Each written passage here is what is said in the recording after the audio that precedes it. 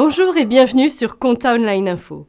Au sommaire cette semaine, les principales mesures du projet de loi de financement de la Sécurité sociale 2018, les monnaies virtuelles et la comptabilité, et le témoignage d'un jeune expert comptable.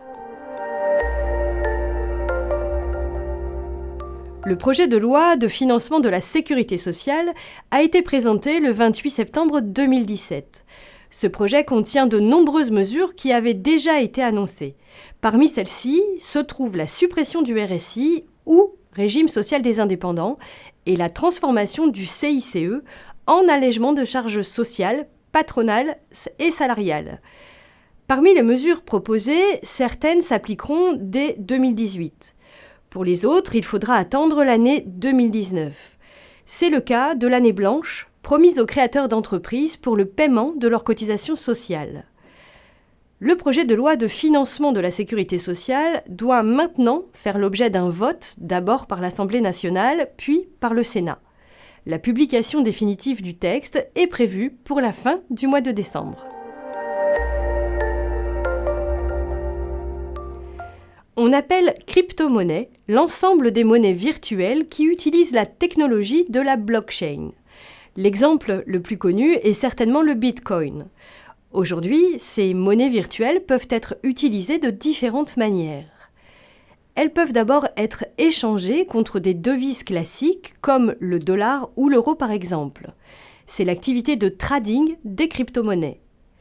Elles peuvent ensuite servir pour l'émission d'actifs virtuels échangeables.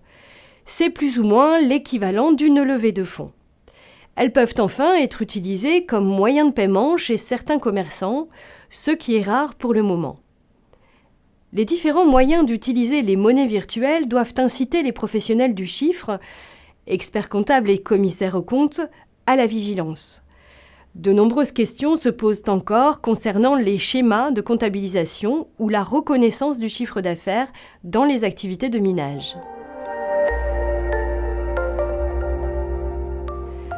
Peut-on obtenir le diplôme d'expert comptable à 24 ans en passant par la filière de l'expertise comptable ? La réponse est bien évidemment positive. Mais pour y arriver, il faut s'armer de courage et avoir un minimum d'organisation. Notre jeune diplômé d'expertise comptable a passé l'intégralité des épreuves du DSCG au cours de la même session. Ses thèmes de mémoire de DSCG et de DEC étaient fixés avant même son entrée en stage. Enfin, tous ces rapports semestriels étaient rédigés avec 6 mois d'avance. Le résultat de cette organisation peu commune est la réussite au diplôme d'expertise comptable dès la première présentation. Nous vous invitons à découvrir son témoignage. Vous pouvez accéder gratuitement à tous ces articles sur le site compta-online.com. Toute l'équipe de la rédaction vous souhaite une bonne semaine.